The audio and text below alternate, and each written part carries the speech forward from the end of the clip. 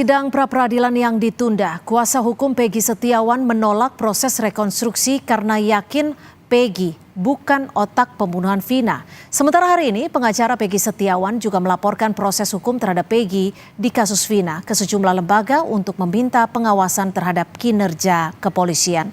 Lantas bagaimana nasib Peggy yang saat ini masih menjalani proses hukum untuk kasus pembunuhan Vina? Kita bahas bersama kuasa hukum Peggy Setiawan, Tony RM, mantan Kabar Eskrim Komjen Purnawirawan Susno Duaji, dan juga penasihat ahli Kapolri Arianto Sutadi. Terima kasih sudah bergabung bersama kami di Kompas Petang.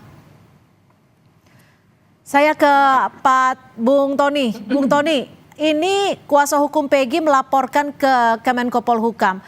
Apa yang ingin dicapai tim kuasa hukum dengan pelaporan ini? Apakah langsung ada jawaban usai pelaporan tadi?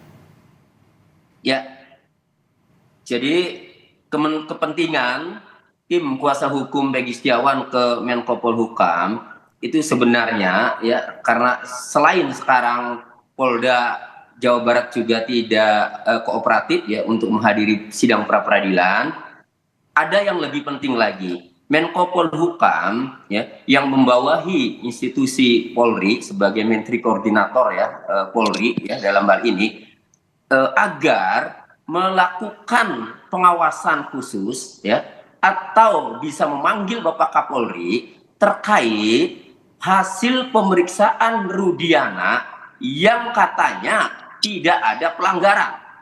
Itu disampaikan oleh Kadif Humas Polri ya dan hasil dari pemeriksaan Irwasum dan Propam Polri. Kenapa Bapak Menko Polhukam ini harus memanggil Kapolri dan harus mengusut dari hulu? Karena jelas-jelas 8 terdakwa, 8 terpidana itu diamankan oleh yang namanya Rudiana. Sementara Rudiana dalam putusan 3 perkara, baik nomor 3 atas nama Rivaldi dan Eko, nomor 4 atas nama Hadi Saputra dan kawan-kawan, dan nomor 16 atas nama Saka Tatal, Rudiana dalam kesaksiannya tidak mengetahui peristiwa pembunuhan itu. Nah, kemudian dia mengamankan berdasarkan keterangan Aep dan bahkan... Oke, jadi ada 2 poin yang disampaikan ke Kemenko Polhukam atau ada yang lainnya? Ya, pada intinya itu disampaikan sama tim kami yang ada di Jakarta. Itu, jadi itu yang kami ingin sampaikan kepada Bapak Menko Polhukam.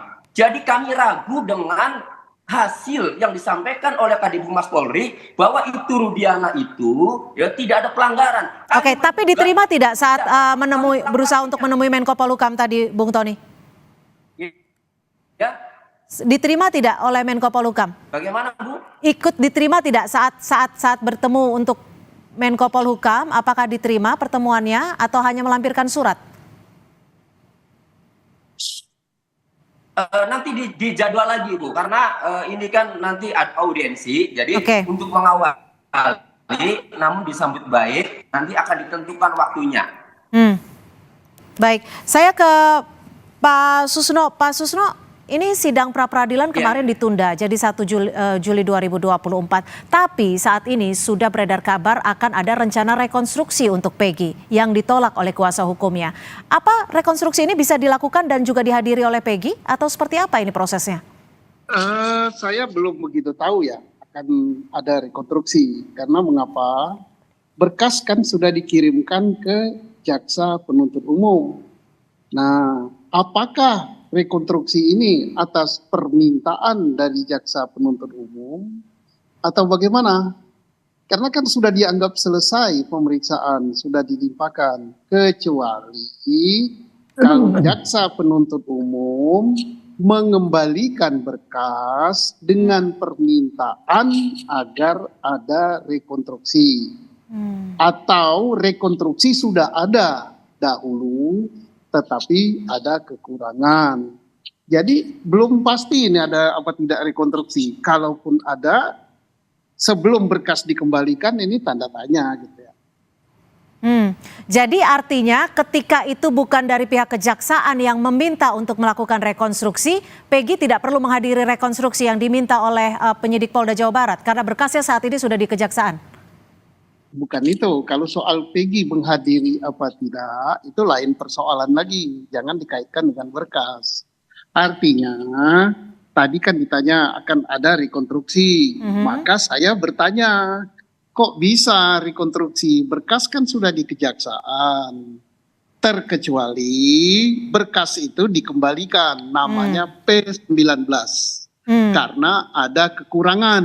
Oke. Nah, baru dilengkapi, misalnya kekurangannya itu apa? Kekurangan meriksa saksi, kekurangan tentang rekonstruksi, nah itu harus dilengkapi. Tapi kalau berkas masih di kejaksaan, ada. Oke, baik.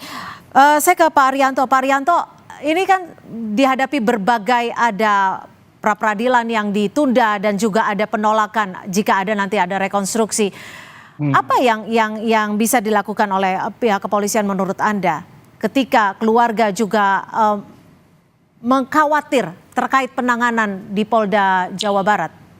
Kalau dari pandangan saya, kepolisian sekarang Polda Jabar sudah melakukan apa yang ditekankan oleh Bapak Kapolri, yaitu berlaku hati-hati dan kemudian meneruskan proses penyidikan yang sudah dia kerjakan gitu. Nah sekarang tadi penolakan daripada ini ya, bukan penolakan, penundaan dia tidak hadir itu. Saya juga tidak tahu ya alasannya apa gitu. Alasannya menurut Kompolnas adalah karena yang ditugaskan itu tidak. Bukan.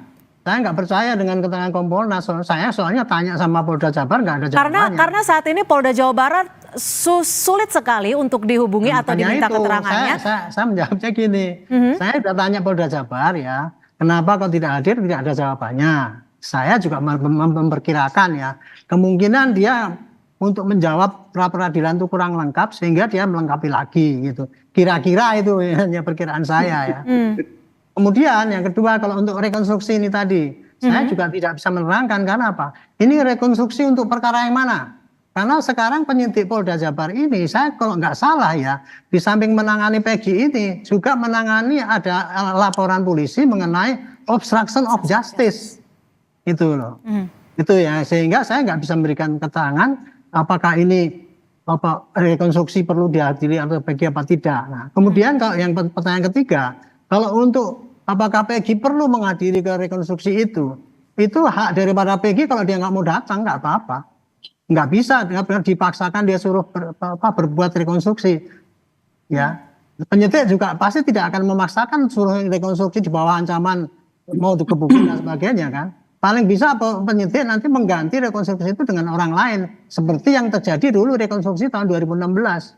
Itu kira-kira yang saya bisa sampaikan untuk memberikan penjelasan fenomena yang Oke, Bung Tony, tapi waktu sebelumnya prarekonstruksi kan sempat dilakukan, itu juga tanpa surat pemberitahuan kepada tim kuasa hukum atau seperti apa?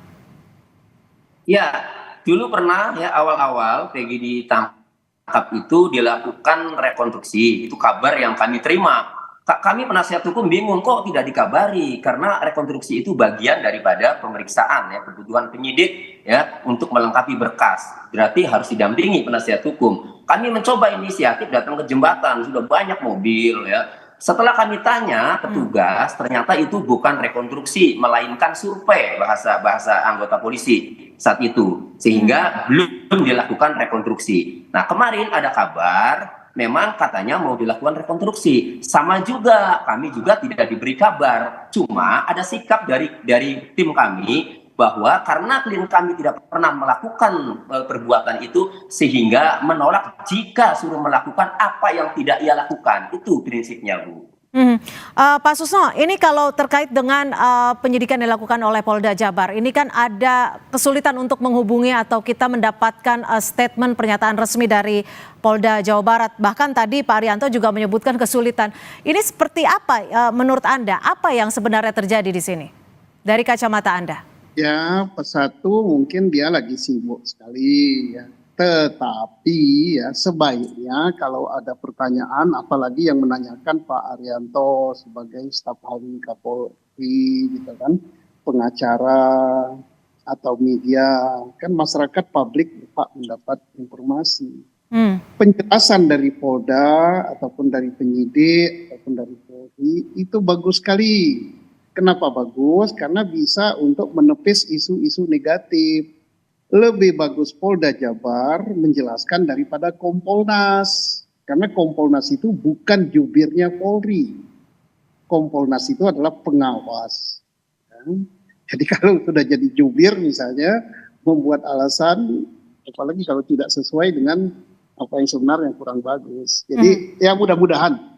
Artinya statement yang diberikan Kompolnas terkait ketidakhadiran penyidik Polda Jawa Barat juga belum bisa dipastikan 100% seperti itu ya Pak Susno? Bukan belum bisa dikasihkan 100%, bukan wewenangnya Kompolnas untuk menjadi jubir menjelaskan itu. Dan kita menanya kepada yang menanya pun salah. Kok nanyanya ke Kompolnas, nanyanya ke Polda atau ke Mabes Polri. Karena tidak ada jawaban.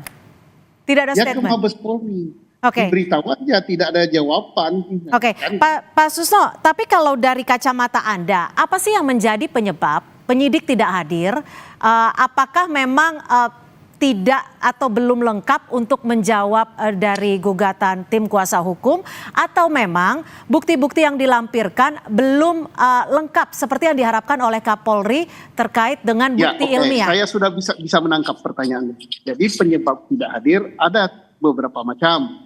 Satu, bertentangan dengan statementnya yang menyatakan sudah siap, ternyata dia belum siap. Yang kedua, bahwa alat-alat bahwa sangat sibuk. Nah, sebagaimana itu. Yang ketiga, ya taktik, sebagaimana dikatakan netizen, ya taktik bahwa ini mundur waktu, gitu kan, supaya gugur. Tetapi untuk yang poin ketiga ini sangat-sangat tidak mungkin. Kenapa sangat tidak mungkin? Karena berkas yang ada di kejaksaan itu kan bisa memakan waktu 2 minggu, balik ke polisi, balik lagi ke jaksa, baru jaksa masuk lagi ke pengadilan, membuat dakwaan. Artinya nggak keburu kalau untuk habis waktu. Yang paling memungkinkan, ini memungkinkan ya, bukan tuduhan ya, adalah untuk melengkapi berkas pra peradilan. Jadi mungkin belum siap, kurang siap. Oke, baik. Pak Arianto, singkat saja. Apakah saat ini pihak dari penasihat ahli Kapolri akan turut kembali meminta penegasan dari Polda Jawa Barat untuk menangani dengan serius kasus baik itu Peggy dan juga kasus pembunuhan Vina? Kalau lewat ini kan dengan melihat TV kan sudah dengar saran-saran saya. Saya sudah menyampaikan saran lewat TV ini. Bagi saya hanya mengamati aja ya, bahwa kinerja Polda Jabar itu kalau memang itu dasarnya untuk kehati-hatian dan sebagainya, tapi perlu dipertimbangkan juga ketidakpercayaan publik kepada itu. Nah, ini strategi yang harus ditempuh oleh Polda Jabar atau Polri secara umum, bagaimana cara menghadapi gejolak masyarakat yang begini gitu lah. Kerja cepat dan transparan, mestinya yang paling bagus kayak gitu. Ini saya udah bekerja begini, hasilnya seperti ini. Itu baru agak puas masyarakat kan, dan dia diakui sebagai orang yang bekerja benar-benar dan serius dan transparan dan berkeadilan. Saya hanya bisa ngomong gitu aja, saya nggak usah tanya kenapa nggak gitu. Kan seakan-akan saya kan tidak percaya sama Polda Jabar. Dia sudah ngomong kerja keras kok, ya sudah, kerja kerasnya mana, tunjukkan pada publik, itu yang paling bagus kayak gitu. Baik, terima kasih sekali lagi Pak Arianto Sutadi, penasihat ahli Kapolri, dan juga Komjen Purnawirawan Susno Duaji, mantan Kabar Reskrim, dan juga Bung Tony RM dari kuasa hukum Peggy Setiawan sudah bergabung bersama kami di Kompas Petang. Selamat sore. Terima kasih.